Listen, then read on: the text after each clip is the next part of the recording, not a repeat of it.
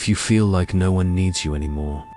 This story is the hug you've been missing. Have you ever looked at your hands and wondered why they're still here, if no one seems to need them anymore? Have you ever walked through your own home and felt like even the walls had forgotten the sound of your name? There was once a man named Jorge, 67 winters behind him, a house too big for one heart, and silence louder than the radio he left on all day.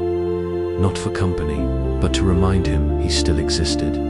Each morning, Jorge made coffee for two, poured it into the same cup his wife used to hold. He spoke to the chair across the table, as if her absence had a mouth and was waiting to be fed. The phone rang less each year. His son's voice had become a recording. His neighbors changed, too fast to remember his name. And even the grocery store, once a place of nods and small talk, now just echoed with indifferent beeps and footsteps that never stopped to look at him. But Jorge wasn't bitter. He was just slowly disappearing, not with drama, not with despair, just quietly. And yet, something in him still woke up every day, a fragile ember that refused to die. He didn't know what it was, but it waited, just like he did. One rainy morning, Jorge noticed a small figure on the sidewalk, a girl no more than 10, sitting alone, soaked, clutching a ripped plastic bag. She wasn't crying, but there was something about her stillness that screamed louder than any sob. Jorge opened the gate. His voice cracked as he asked, "Do you want to come in? Just until the rain stops." She nodded on side. He handed her a towel, then made hot chocolate the way his wife used to, with cinnamon and quiet. They didn't speak much, but something passed between them. Something sacred, like two silences recognizing each other. Later, he pulled out an old photo album. He hadn't touched it in years. But that day, he showed her everything. His wedding, the first bike he fixed for his son, the smile he had when life still felt needed. She listened without interrupting. Her eyes said more than her words ever could, and for the first time in a very long time, Jorge felt like a story worth telling. The next day, she returned. This time, she brought a small piece of folded paper. It was a drawing, a man with a beard, a warm smile, and wings. He was holding a toolbox. "You look like someone who protects things," she said. Jorge's throat tightened. He hadn't protected anything in years, or so he thought. That night, something shifted.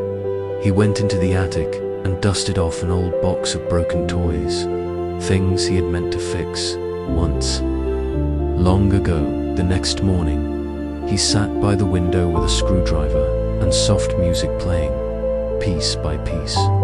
Something came back to life, not just in the toys, in him. Later that week, he left a small toy truck at the park near his house. No note, no name, just the quiet hope that it would find someone who needed it. And it did, the following days. Jorge continued his quiet ritual. Each toy he restored carried a hidden note, folded gently, written with hands that once only trembled from age, now steadied by meaning. Messages like, "You are not forgotten, there's still time for joy. Someone, somewhere, still needs your light." He never signed them, never waited to see who found them, but from his window, he saw small faces brighten, little hands hold tightly, parents pause, smile, wonder. They called him the angel of forgotten things, though no one knew who he was, until one day his own son knocked on the door. He looked different, softer, eyes damp. "Dad," he said, pulling out one of the toys with a note inside. "This found me." Silence. Then Jorge, smiling gently, opened the door wider than he had. In years that evening, the house sounded different, still quiet, but not empty. Laughter echoed faintly from the street. A drawing hung on the fridge. The man with wings and Jorge by the window held a warm cup and looked out, not in. He had not become young again. His joints still ached.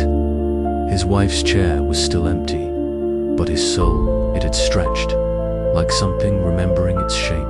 Sometimes, purpose doesn't roar. Sometimes, it whispers through a cracked toy, or through the quiet return of a child who once drifted too far. If you've ever felt like no one needs you anymore, maybe it's because the world is waiting for you to remember. You were never just a body growing older. You were always a flame, and somewhere, someone is still waiting to feel your warmth.